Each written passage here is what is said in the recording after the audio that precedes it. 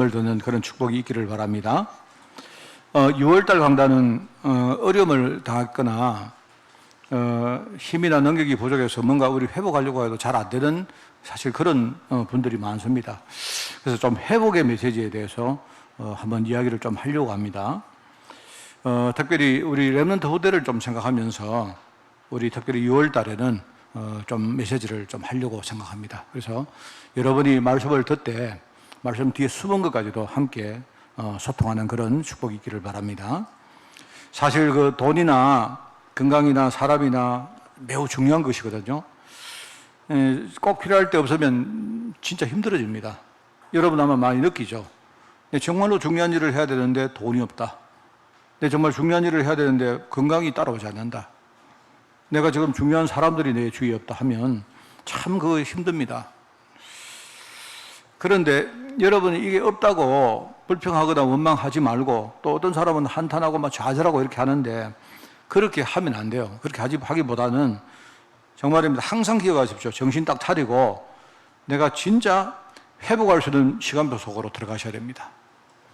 근데 이제 사단이 자꾸 이제 이거를 공격하거든요. 자꾸 우리가 본질이 아닌데 자꾸 뭐 원망하고 어떤 막 불평하게 만들고 자꾸 그렇게 합니다. 여러분 이거 아셔야 돼요. 지금은 없지만 평생 없다고 생각하면 안 돼요. 지금 내가 없다고 해도 지금 내가 잘만 하면 내 미래는 달라집니다. 이거는 영적인 것하고 육신적인 게 똑같아요. 다 똑같습니다. 그래서 지난 주간에 제가 흑암이 역사하는 한 4가지 순서를 이야기했습니다. 기억하시기 바랍니다. 우리가 돈이 없고 건강이 없는데도 흑암은 우리를 영적으로 굉장히 무디게 만듭니다. 그래서 아예 느끼지 못하게 만들어요. 여러분이 만약에 내가 돈이 없는 진짜 내가 가는 뺑인데 그런데 그 사실을 여러분이 뭔가 느끼지 못한다면 이건 큰 문제거든요. 사단은 그렇게 제일 처음에 그렇게 합니다. 그리고 이제 느낀다 해도 여러분 느낀다고 되는 거 아니잖아요. 진정한 회복을 위해서 내가 진짜 깊은 어떤 묵상과 생각 속으로 들어가서 그 안에 들어가서 진짜 내가 발견할 걸 발견하고 내가 정말 이런 부분들이 필요한데 이제 느낀다 해도 그걸 못하게 만듭니다. 사단이. 그리고 또 뭐 이야기했습니까? 생각을 해도 그 다음에 실천을 못하게 또 만들어요. 꼭 그렇게 합니다. 그래 마지막으로 말했으면 주위 사람들에게 특히 후대들에게 틀린 내용을 전달하도록 그렇게 만든다 했죠. 여러분 모든 부분에서 원리는 똑같습니다. 내가 볼 때 비슷한데 제가 특별히 6월 달에 경제에 대한 부분을 좀 집중적으로 해서 좀 전달을 해보려고 합니다. 왜 그런가 하니까 이유가 있습니다. 지금 어린이 공동체 중심으로 우리 아이들에게 뭔가를 한번 해봐야 되겠다. 그래 뭔가를 늘 했지만 정말 애들을 이대로 놔두지 말고 지금요 굉장히 세상이 빨리 바뀌거든요.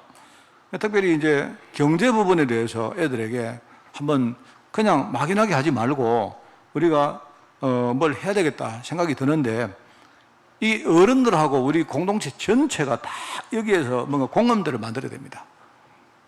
이걸 여러분 제가 이것 때문에 지금요 6월 달에 이 메시지를 하려고 하는 겁니다. 공감대를 만들고 가능하면 여름 방학이든 겨울 방학 때 바깥에서도 많이 합니다만요 우리가 자체적으로 애들 몇 명 안 돼도 좋고 어른도 다 여러분 뭐 원하시는 분은 다 오셔서 할 수 있다면 경제 캠프를 한번 해볼까 생각이 듭니다. 이게 지금요 시간이 자꾸 가는데 자꾸 이렇게 아이들은 자라고 시간은 흘러가는데 이대로 둬서는 안 되겠다 하는 생각이 들고요. 그렇다고 여러분이 뭐 돈 많이 벌어라 이런 이야기 아닙니다. 정말 우리 경제에 대한 하나님의 음성을 한번 듣고 어릴 때부터 이 부분을 우리가 준비를 시켜야 되겠다 하는 그런 마음으로 시간이 더 지나기 전에 제가 6월 달에 특별히 경제 부분에 대해서 좀 집중해서 여러분에게 헌금이라는 그 타이틀을 가지고 내가 여러분에게 좀 전달하려고 합니다. 돈이 없어서 거지같이 인생을 살고 있는 사람이요 느끼지 못하면 그러면 그 사람은 노숙자처럼 사는 게 훨씬 편합니다. 정말 그렇습니다.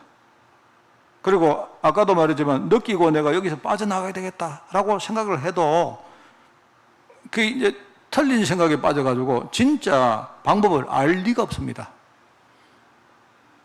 보통요 그냥 1억 천금이 떨어지기를 원합니다. 보통 그렇습니다.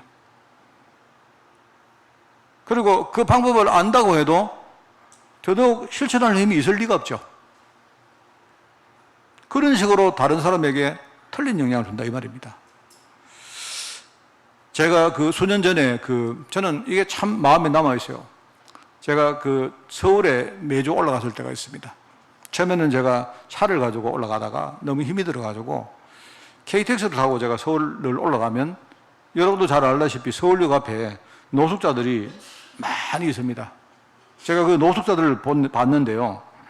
제가 유념해서 한번 봤습니다. 갈 때마다 늘 매주 보기 때문에 유념 보니까 내 눈에 그렇게 보였습니다.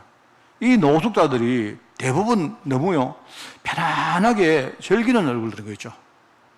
여러분도 혹시 지금은 아마 서울역에 사람들이 많이 없는 걸로 알고 있습니다만 여러분 한번 가보시면 그렇습니다. 이 사람들이 뭔가요 굉장히 편안하고 이 사람들이 거기서 엔조이한다는 걸 느껴요.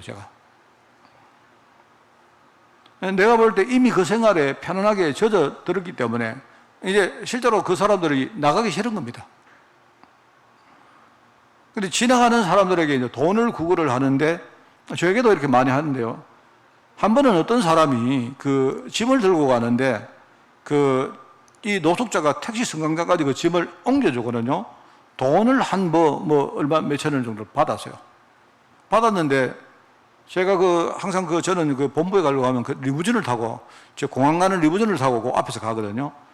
그렇게 실제 봤는데 이 사람이 돈 생겼다고 사람들을 막 부르는 겁니다.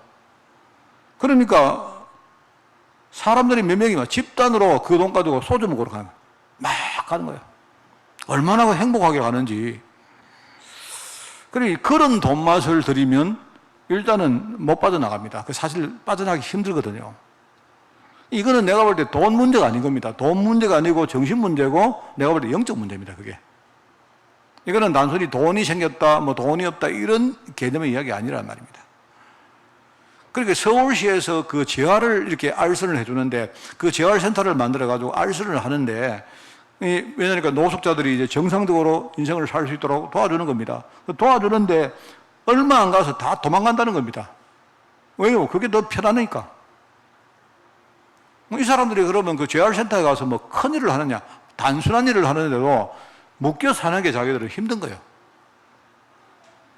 그러니까 이런 영적 상태를 가지고 이 사람들이 생각을 깊이 한다든지 실천할 수 있는 힘이 있을 리가 없습니다.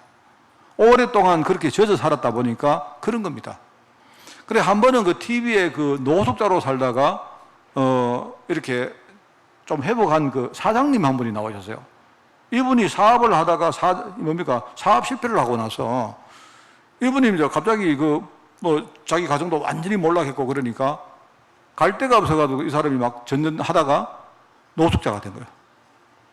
노숙자가 됐는데 자기는 처음에 막 부끄럽고 이랬는데 이게 하루가 지나고 일주일 지나고 한 달 지나고 1년 딱 지나니까 자기가 그냥 그게 훨씬 더 편하더래요. 그분이 실제 한 말입니다. 내가 들었어요. 그런데 이제 이분이 그렇게 살다가 한 번은 자기 부인이 이 사람을 찾으러 온 겁니다. 사실 거기서 자기가 뭔가 각성을 하고 서울시의 재활센터에 들어가서 자기가 정말 이빨 깨물고 그렇게 자기가 뭔가를 했다는 겁니다. 해가지고 이제 조그마한 사업을 하나 이렇게 다시 사업이라기보다는 장사를 하나 시작을 해가지고 그 사람이 이제 자기 사업을 하고 있더라고요. 그러니까. 그래서 아마 서울시 재활센터에서 아마 선전차 이 사람을 TV에 이렇게 내보냈던 것 같아요. 진짜인지 가짜인지는 몰라도 난 충분히 그 사람이 일리가 있다고 생각합니다. 내가 볼 때 그게 저와 여러분을 포함한 우리 모든 사람에게 해당되는 말입니다. 그게. 영적 문제를 아니십니까? 우리가 크고 작게 이런 부분에 우리가 젖어들면요. 이게 시간이 지나도 우리 거기서 못 빠져나옵니다. 자, 그래서 이제 6월 달에 메시지를 전달할 순서를 제가 먼저 말씀드립니다. 여러분, 어려움 당한 사람이 또는 내가 지금 힘이 없고 능력이 없는 사람이라면 아마 스스로 아무리 하려고 해도 한계가 있을 거죠. 그럼 뭘부터 해야 될까?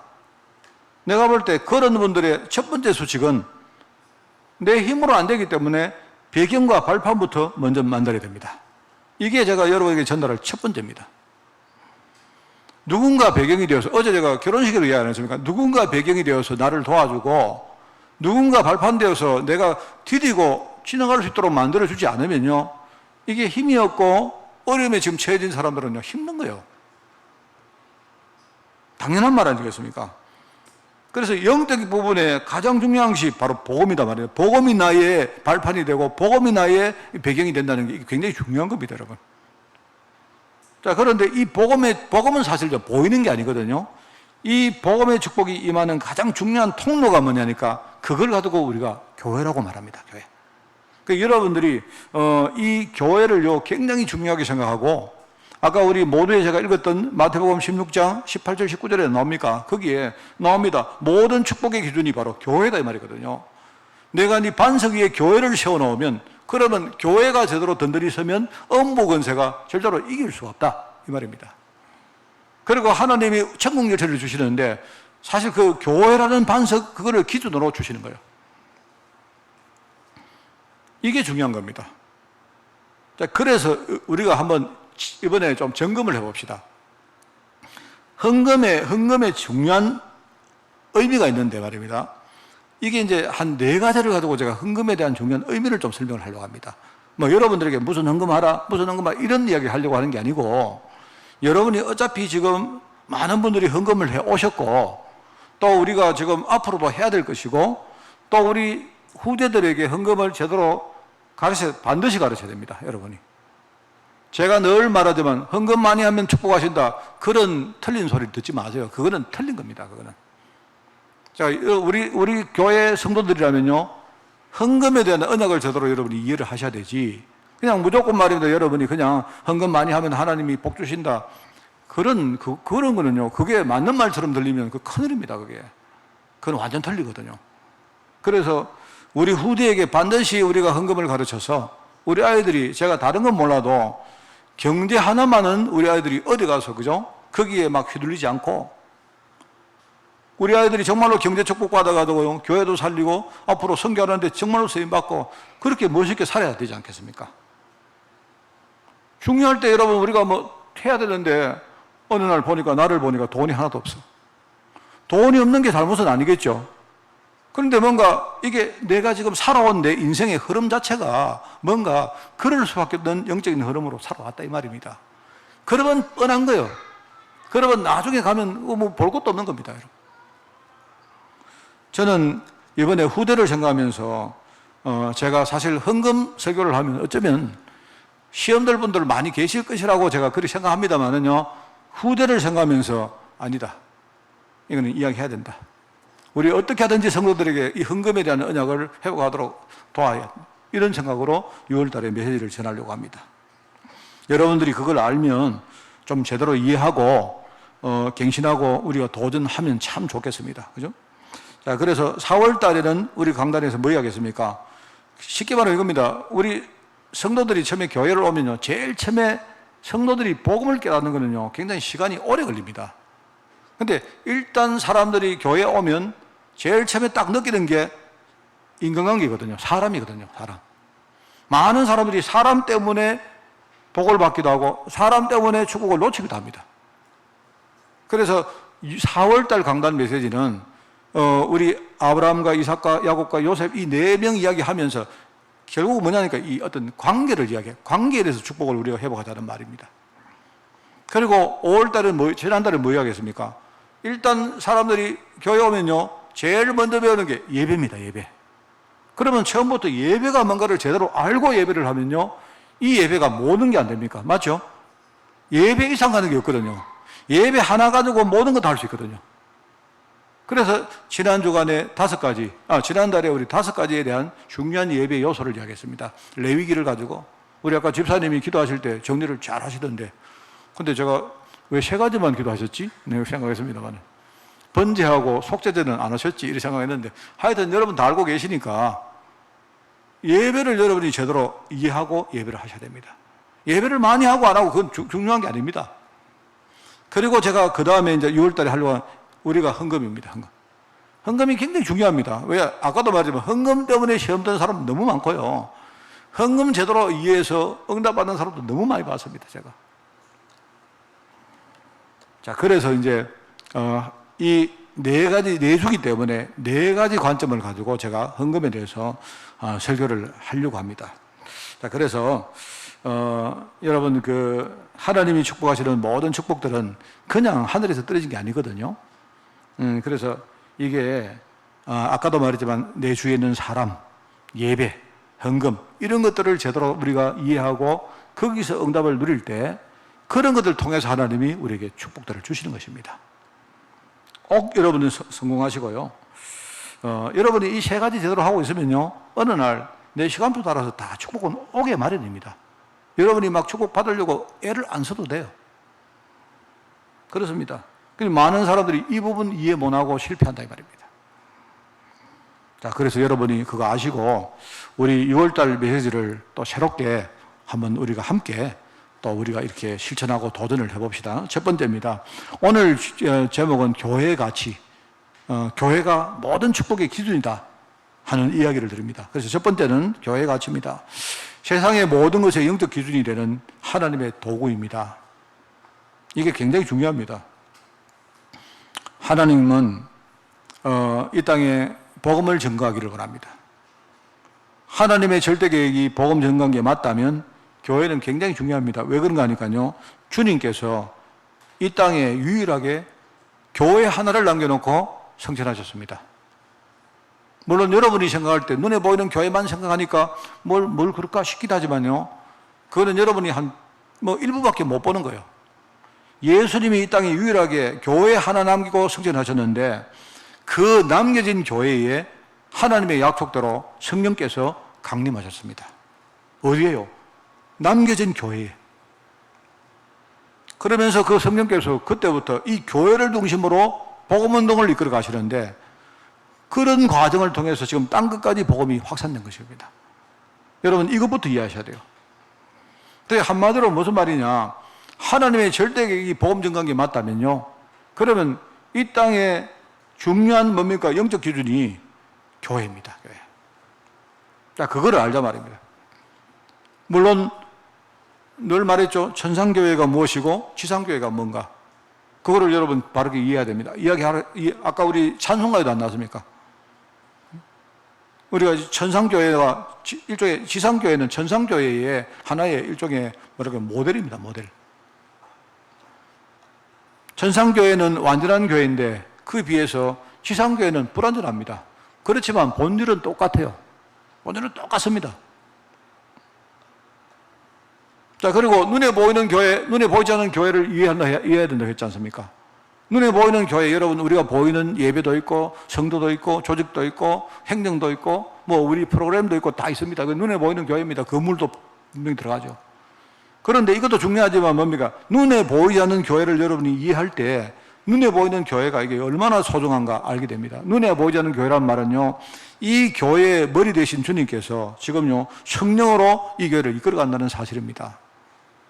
그게 눈에 안 보이는 교회입니다.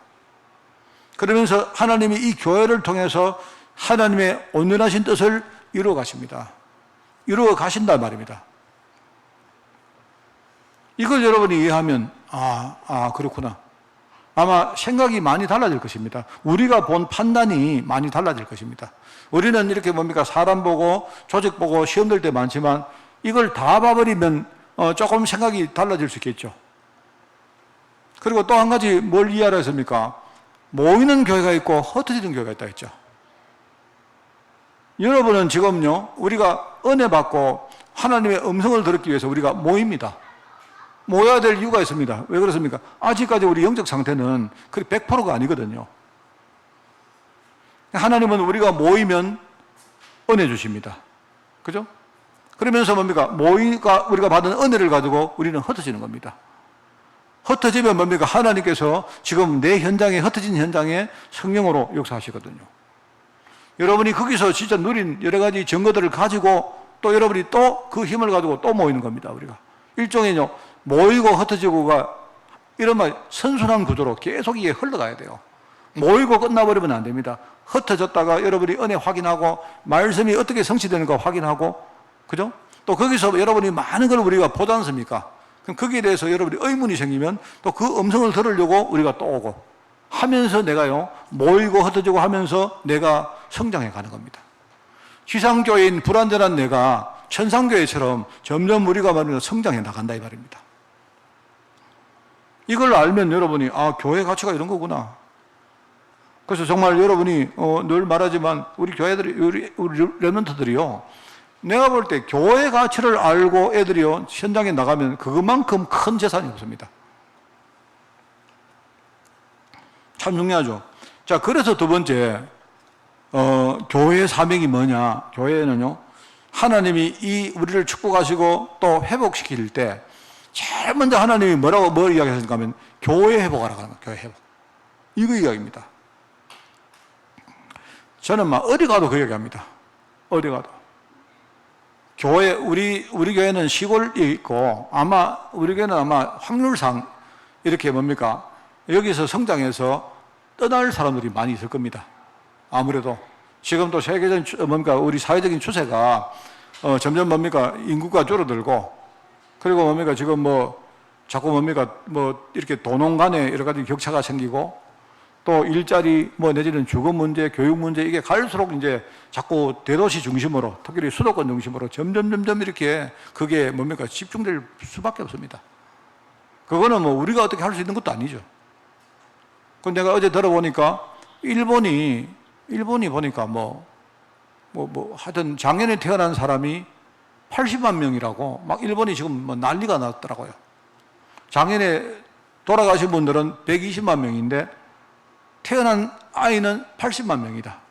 그러면 무슨 말입니까? 그러면 40만 명이 인구가 준 거 아닙니까? 근데 제가 잘 모르지만 제가 알기로는 우리 한국은요, 작년에 태어난 사람이 20만 명밖에 안 되거든요.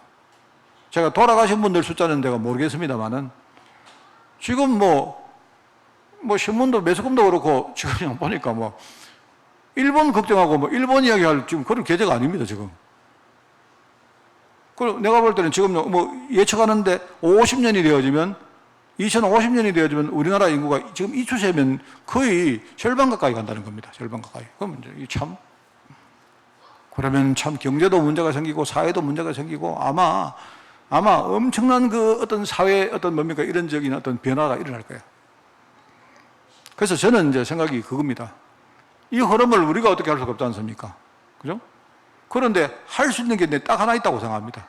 우리 애들이 이 흐름 따라 갈 수밖에 없다 해도 교회를 제대로 가르치고 애들 교회 백그라운드를 진짜 만들어서 보내는 거야말로 저는요, 굉장히 우리가 해야 될 이 땅의 최고의 사명이다. 저 그렇게 생각합니다. 오늘도 보니까 어제 결혼식 때문에 우리 돌아온 우리 청년들 몇 명 있는데 얘들은요, 우리 성도들입니다. 왜 그런가 하면 이제는요, 어디 우리가 지역적으로 어디 갔기 때문에 우리 성도가 이런 개념은 이제는 지나간 지 오래입니다, 여러분. 지금은 이런 게 아니고요, 앞으로 여러분 보시죠. 작년에 우리 이야기 안 합니까? 제가 목사님들이 이야기를 하는데요, 우리나라 교회 숫자가 6만 개 밑으로 떨어졌다 합니다. 6만 개 밑으로. 지금 뭔 이야기야? 일단은 교회를 6만 개부터 먼저 회복시키자 하는 게. 6만 개 밑으로 떨어졌는데, 그러면은 6만 개 밑으로 떨어졌을 때에 그러면 도대체 몇 개까지 떨어졌냐? 이 카운트가 안 돼요, 지금.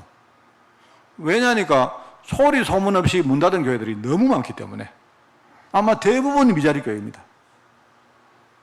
우리 교회는요, 문 안 닫아서 참 다행이지.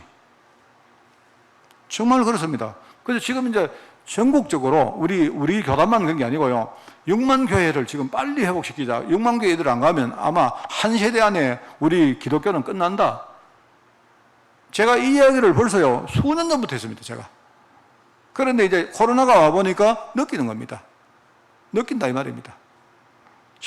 우리 기독교 인구 숫자가 1000만이 아니고요, 제가 뭐라 했습니까? 벌써 1000만 인구가 밑으로 떨어졌다고 할 때 좀 심하게 보는 사람들은 280만까지 떨어졌다고 보는 사람이 있다니까요.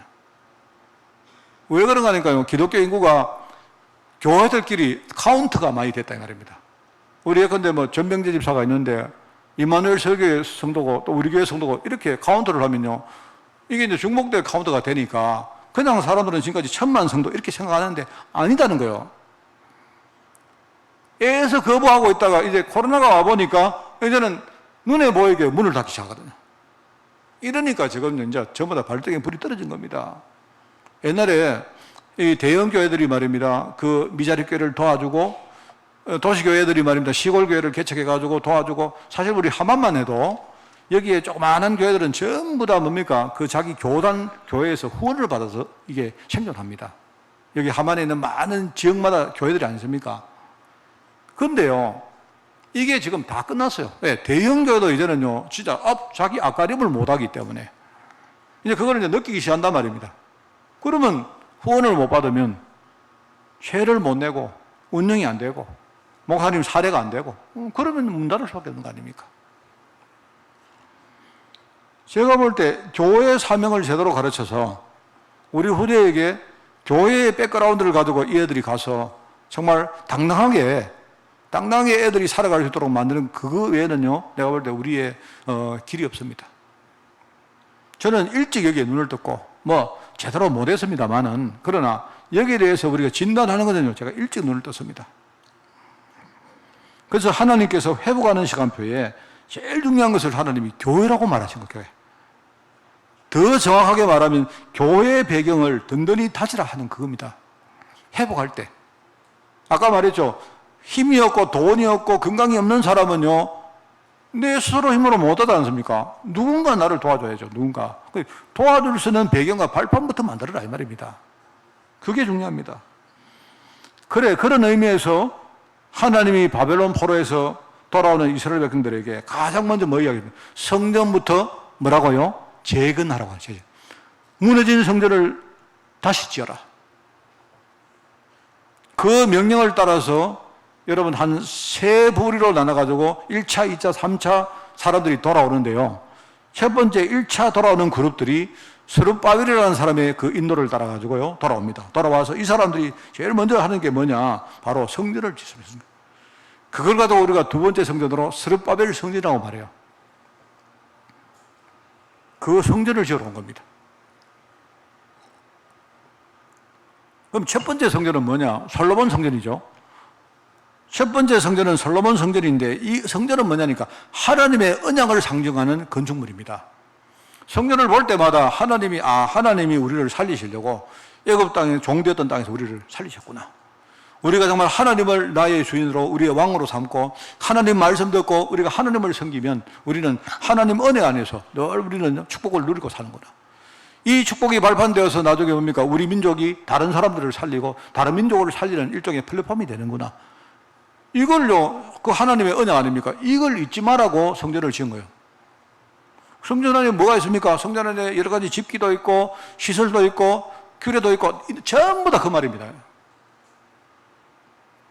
그런데 솔로몬 성전이 나중에 언약을 상징하는 건축물인데 이게 이제 언약과 완전히 이제 무너진 겁니다.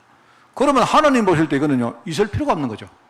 그래서 하나님이 바벨론을 불러가지고 이 성전을 완전히 무너뜨린 겁니다. 하나님의 생각은 똑같습니다. 하나님이 가서 언약 회복해라. 언약 회복하는 상징으로 바로 언약을 상징하는 성전부터 회복해라. 여러분, 교회는 뭡니까? 교회는 하나님의 언약을 상징하는 겁니다. 교회는 누가 여기서 밥 벌어먹고 살고 여러분이 그냥 교회 와서 누구를 만나고 하는 그것도 있지만 진짜 본질적으로 교회는 하나님의 언약을 상징한다. 언약이 뭐라 하십니까? 그리스도와 세계복음화를 실제로 우리가 깨닫고 누리고 전달하는 바로 그 상징물이 교회인 거예요, 교회.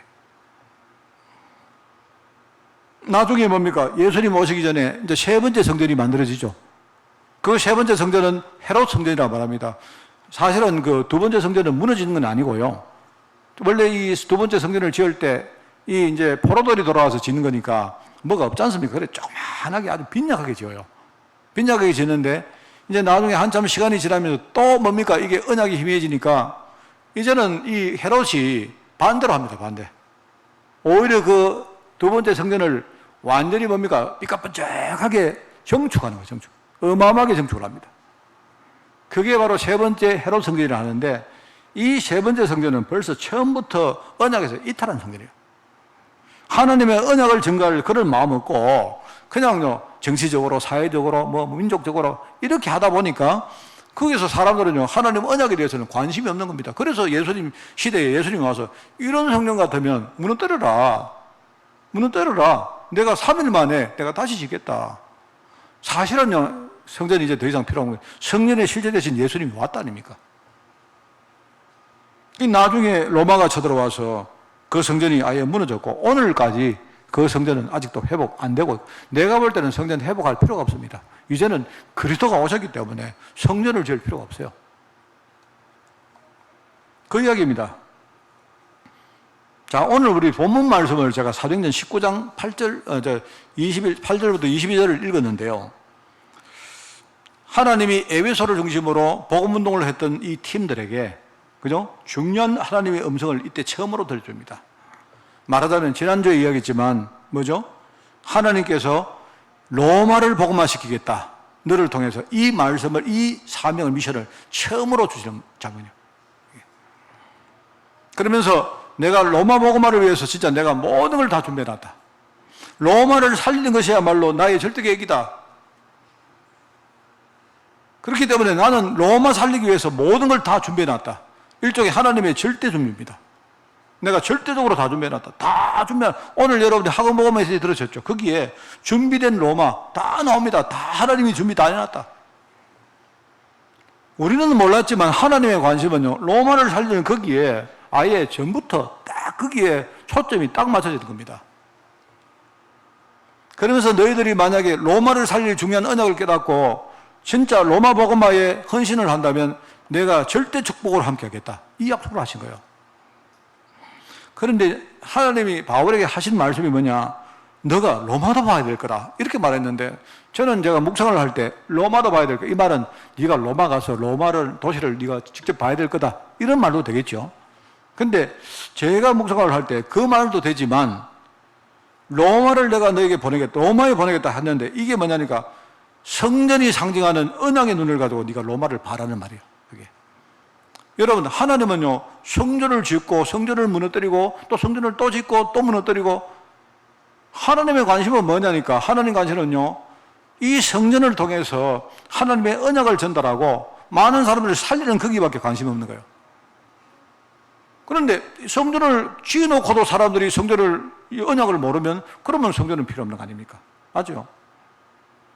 하나님은 지금요, 로마를 살리기를 원해요. 로마를 살려야 이제 그 다음 시대가 있기 때문에 하나님 그걸 하는데, 네가 이 눈을 가지고 로마를 한번 쳐다봐라. 쳐다보면 내가 얼마나 로마를 살리기를 그토록 내가 소원했는가를 네가 알게 될 거다. 그리고 그 들어가 보면 이미 네가 1차, 2차, 3차 선교를 한다고 다닐 때 내가 사실 처음부터 로마 복음할 사람들을 너에게 붙여놨다. 자, 여러분이 성경을 앞으로 가보면 그 눈 가지고 보시면 다 그래요. 두 번째 성경을 할 때 처음에 뭡니까? 바나바와 바울이 싸움을 합니다. 갈등을 해요. 갈등을 하죠. 갈등을 해가지고 서로 헤어집니다. 헤어지는데 바나바는 자기의 조카인 마가 요한을 데리고 가죠. 그리고 바울은 누굴 데려가면 실라를 데려가, 실라. 그 실라가 처음에는 몰랐겠죠. 실라가 나중에 보니까 이 사람이 로마 시민권이 있는 사람이에요. 가는 데마다 뭡니까? 로마에서 쫓겨나는 사람을 만나고, 가는 데마다 그게 브리스길라 아굴라 부부 아닙니까? 자기들은 몰랐겠지만 하나님이 로마를 살리려고 이미 준비를 다 해놓은 거예요. 다. 이걸 봤다는 겁니다. 이 눈을 가지고 네가 로마를 봐라. 저는 그렇게 제가 이 성경을 해석을 합니다. 교회라는, 성전이라는 언약의 눈을 가지고 네가 로마를 한번 봐라. 진짜 이 언약의 눈을 가지고 지금 내 직업도 바라보고 내 가정도 바라보고 한번 정말 내가 살릴 현장을 한번 바라봐라. 그러면 아마 많은 것들이 달라지겠죠. 그게 바로 교회의 사명입니다. 내가 교회를 통해서 내가 회복하겠다. 그러니까 네가 교회부터 회복해라. 그 말은 여러분 보고 교회 시라는 말입니까? 교회 잘 나오라는 말입니까? 그 말이 아니죠. 이 교회가 상징하는 언약이 뭔가를 그거부터 깨달아라, 이 말입니다. 얼마나 중요합니까? 이걸 아는 사람은요, 흔들리지 않습니다. 이걸 아는 사람은 교회 때문에, 성도 때문에, 뭐 교회 안에 일 때문에 흔들릴 이유가 없습니다. 이걸 안다면요. 만약에 교회가 나에게 좀 중요한 일을 맡겼다면 내가 그거 가지고요, 뭐 어서 될 것도 없습니다. 왜요? 언약을 알기 때문에 이걸 하나님이 이 일을 하려고 나를 부르셨고 내게 맡기신 겁니다. 얼마나 이게 중요합니까? 자, 여러분, 오늘 말씀을 제가 정리를 하려고 합니다. 제가 사실 한 주간 제가 5kg가 빠졌습니다. 5kg 빠졌는데 제 생전에 이런 적이 없었는데요. 사람이 있지 않습니까? 이 몸이 설림해지니까 굉장히 몸이 가벼워요. 제가 오늘 새벽까지 그냥 계속 아팠습니다. 아팠는데 오늘 새벽에 잠깐 자고 일어나니까 통증이 가셨더라고요. 가셨는데 일단 어제도 제가 보니까 그 주례를 할 때 하나님이 아침에 싹 이렇게 통증 가시게 해주셨는데 모르겠습니다. 제가 또 설교하고 나서 하여튼 저는요 오늘 제가 이 말씀 딱 준비하다가 그래. 제가 잡은 언약을 여러분께 잠깐 전달해 드리겠습니다. 하나님이 정말로 이 교회를 통해서, 그죠? 중요한 언약을 전달하라고 나를 세웠구나. 그럼 나라는 사람은 내 직업은 목사입니다. 그리고 나의 지금 영적 상태는 엉망입니다. 또 내 과거는요, 내가 실패도 많이 했고, 이런저런 많은 체험들과 경험들을 했습니다. 그리고 내가 좀 제대로 한 것도 있고, 못한 것도 많이 있겠죠. 상관없습니다. 하나님은 지금 나를 절대 언약 가운데 부르신 게 확실하고, 알고 보면 모든 것이 다 뭡니까? 다, 이게 모든 것들이 다요. 하나님이 준비한 거예요. 제가 사실은 제가 이 말씀 드리려고 한 건 아닌데, 제가 위장통 때문에 사실은 한 20년, 30년 고생을 했는데요. 이번에 제가 되게 좀 이렇게 오랫동안 고생한 적이 없는 것 같은데, 어제 제가 이렇게 생각하는데, 누가 이렇게 이야기를 하는데, 목사님 병원 가보셔야 안 되겠습니까? 제가 지금 이제 근본적인 치료를 좀 하려고 하는데, 아예 치료를 아예 못합니다. 지금 아파가지고 치료 자체를 못하고 있습니다. 못하고 있는데, 이제 그 이야기를 딱 하는데, 어제 제가 이렇게 그 생각이 나더라고요. 하나님, 내 만약에 불러가시면, 내 죽을 때 안 죽겠다고 내가 내가 그렇게 그럴 것 같습니까? 하나님, 그래 안 되게 해달라고 그게 다. 멋있게 죽게 해달라고 그런 기도가 나오는 거 있죠. 제가 이제 죽는다는 이야기를 하려는 게 아니고, 하나님, 내가 이제 시간도 별로 없고, 내가 보니까 자꾸 이렇게 어쩔 수 없는 거 아닙니까? 사람이, 여러분, 나이가 들면요, 우리 세포는, 이거는 뭐냐니까, 세포는요, 쓰면 이거는요, 나중에 딸습니다. 없어지는 겁니다. 그러니까 점점 이제 이게 쇠락해 나가는 겁니다. 그러면은, 모든 걸 가지고 뭐냐니까, 우리 후대에게 뭔가를 우리가 물려야 되겠다. 이야기해야 되겠다. 그 생각이 버뜩 나는 겁니다, 여러분. 그래서 저는 개인적으로 경제를 제가 공부도 했고, 그 다음에 말입니다. 여러 가지 또 경제에서 실패도 많이 했고, 참 부끄럽습니다만은요. 그러나 또 거기서 조금 또 회복도 한번 해봤고, 또 이런 게 있으면, 어쨌든 이거 전부 다 가지고 하여튼 제 이야기는요, 우리 성도들 전체를 가지고 한번 이렇게 뭔가를 좀 해야 되겠다. 시간이 없다. 세월이 자꾸 빨리 흘러가는데, 세상은 빨리 바뀌어가는데, 근데 그런 생각이 들어서 하여튼 제가 좀 정신이 버뜩 났습니다. 이번에 제가 정신 버뜩 차렸습니다. 그런 마음입니다. 그런 마음이고, 그래서 우리 성도들에게 교회를 회복하는 이 중요한 발판을 지금부터 만들어야 되겠다. 그죠? 왜냐니까 내가 실패를 당했다 할 때, 여러분 안 나옵니까? 내 삶의 어려움을 당할 때 하나님은 실패한 나를 통해서 복음 깨닫기를 원합니다. 하나님은 그냥 여러분을 실패시키는 게 아닙니다. 하나님의 관심은 뭐라 했습니까? 복음 깨닫게 하는 그거 외에는 관심이 없다니까요. 하나님은 내가 만약에 실패해서 복음 깨닫는 게 내가 이익이면요, 나를 실패시키는 거고, 내가 회복해서 복음 깨닫는 게 이익이면 하나님은 나를 회복시킵니다. 그러니까 여러분들이 실패한 나를 하나님 복음 깨닫게 하시길 원한다. 이게 하나님의 절대 계획이다.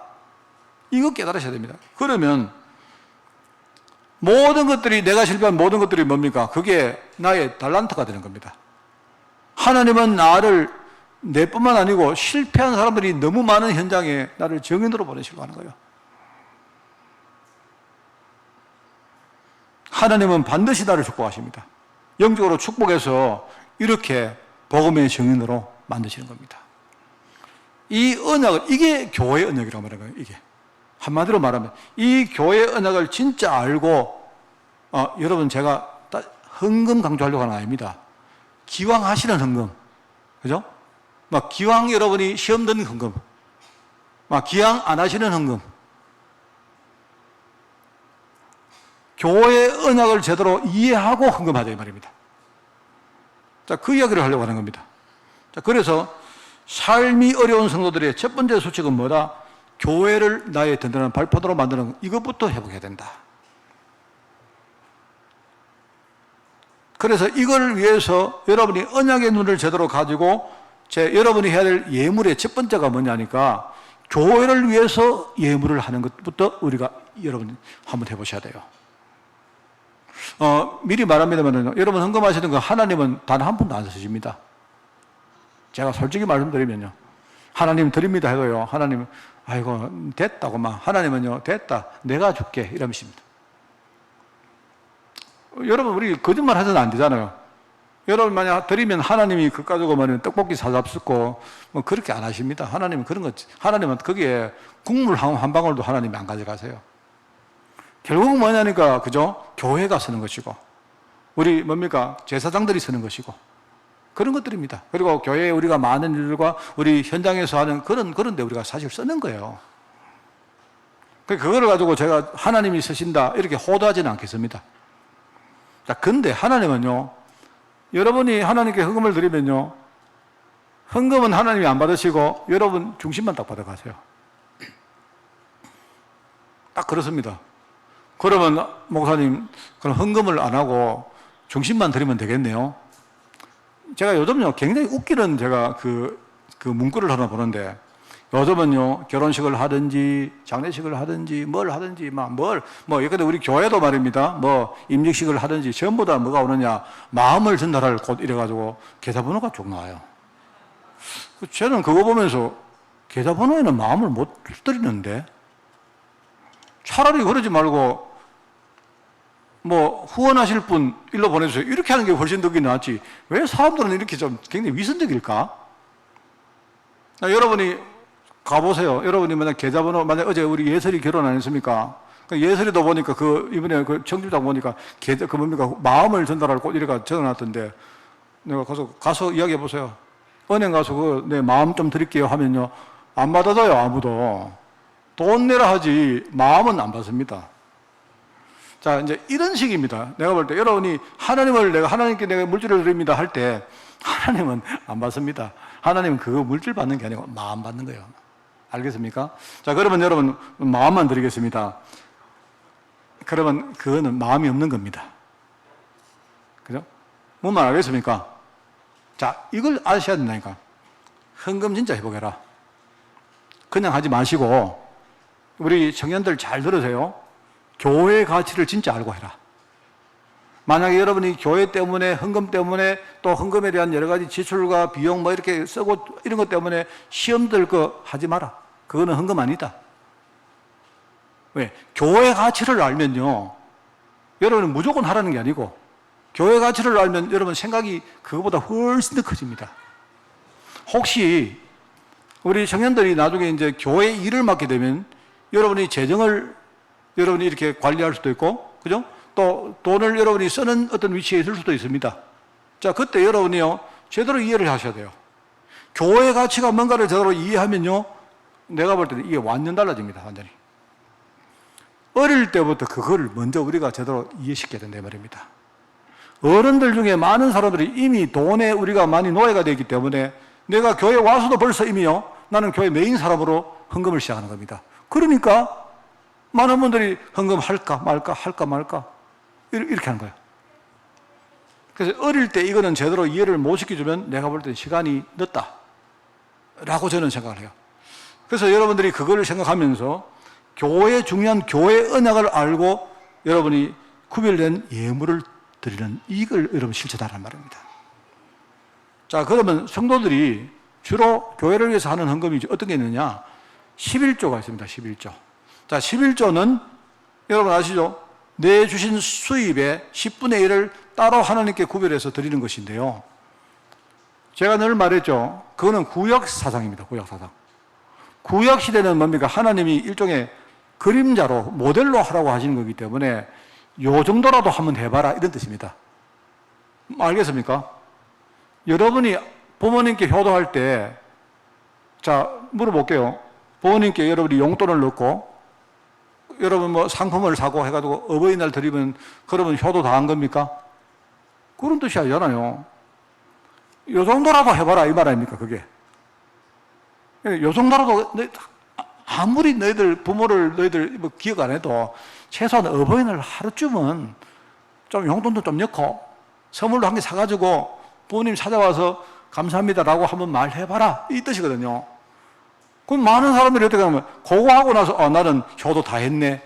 근데 이러니까 이제 문제가 오는 거예요. 신약의 성격은 그게 아니에요. 신약은 정신이 10의 10조입니다. 10의 1조가 아니고 10조예요. 내 인생 전체를 하나님께 내가 다 드리는 겁니다. 하나님이 여러분을 받아가지고 뭐 고기를 구워 잡수겠습니까? 삶아 잡수겠습니까? 내 중심을 하나님께 다 드리는 거예요. 하나님, 나는 무엇을 하든지 먹든지 내가 어디 가든지 누구를 만나든지 정말로 하나님의 최선을 다해서 내가 복음 위해서 살겠습니다. 그러면 그때부터 여러분의 모든 것이 복음 위에 사는 10의 10조가 시작되는 겁니다. 그러니까 여러분이 11조를 하실 때 교회 가치를 알고 하시라 이 말 하는 겁니다. 또 여러분이 건축원 같은 거 가시죠? 그럼 여러분이 건축할 때 우리가 건축은 뭡니까? 교회를 짓고 또 시설을 관리하고 뭐 이런 데 안 속겠습니까? 자, 그것도 하실 때 그냥 하시지 말고 교회 가치가 뭔가를 알고 하셔야 된다 이 말입니다. 그렇게 해야 여러분이요 경제라는 중요한 응답들을 누릴 수 있어요. 이거를 알고 지금 우리가 실천해 보자. 혹시 난관이 생기거든 진짜 여러분이 도전 딱 해서 내 자신의 영적 캐릭터를 넘어서 보자 이 말입니다. 저는 이런 헌금을 이렇게 해라 이런 걸 가르치지 않겠습니다. 그게 아니고 교회의 언약을 알고 여러분이 정말 한번 우리가 도전을 해보자.